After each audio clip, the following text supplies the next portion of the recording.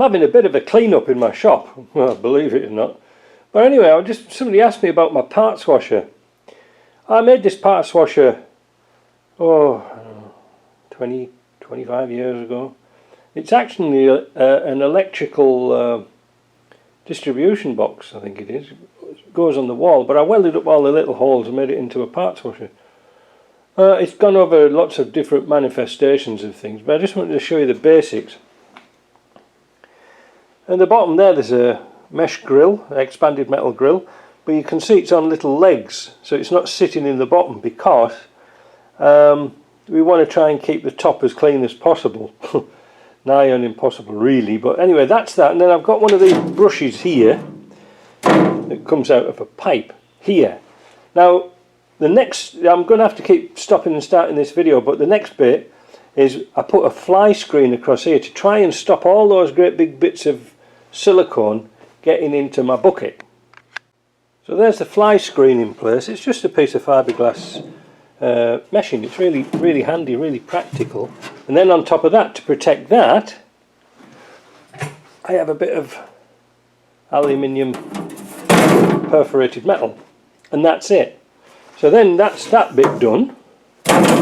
So the next thing we'll go and have a look at is my bucket.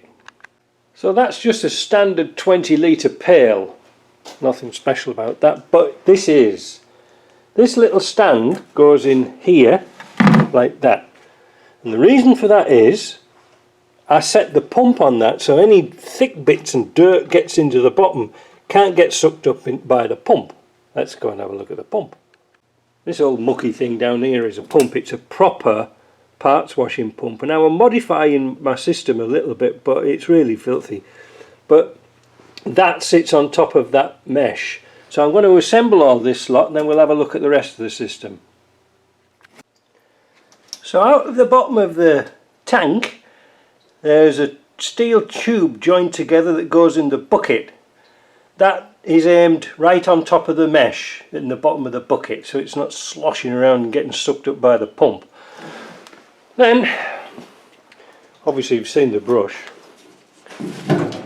From the pump it comes through a filter. I just picked this filter up the other day. I was really pleased with it. It was only $35 including the housing and everything. Made a little bracket, then it goes up to the brush. So that when you use this, you've got good flow and it's nice and clean. You know, I'm not bothered about bits of silicone like that. You keep all your odds and sods up there for cleaning, but you've got a nice surface there for cleaning it out. But you can see how clean the fluid comes out. So you're going to say, what am I using for fluid? Cleaning fluid? Old petrol, believe it or not.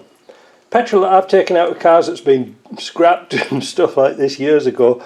If I can't get any old petrol, then I'll mix it with diesel, 50-50 petrol and diesel. It gets dirty so quickly that it's not worth buying proper Varsol. But at least it's tidy, it doesn't leak, and it does a job. And like I say, on a night, keep the lid shut, and then it doesn't fume.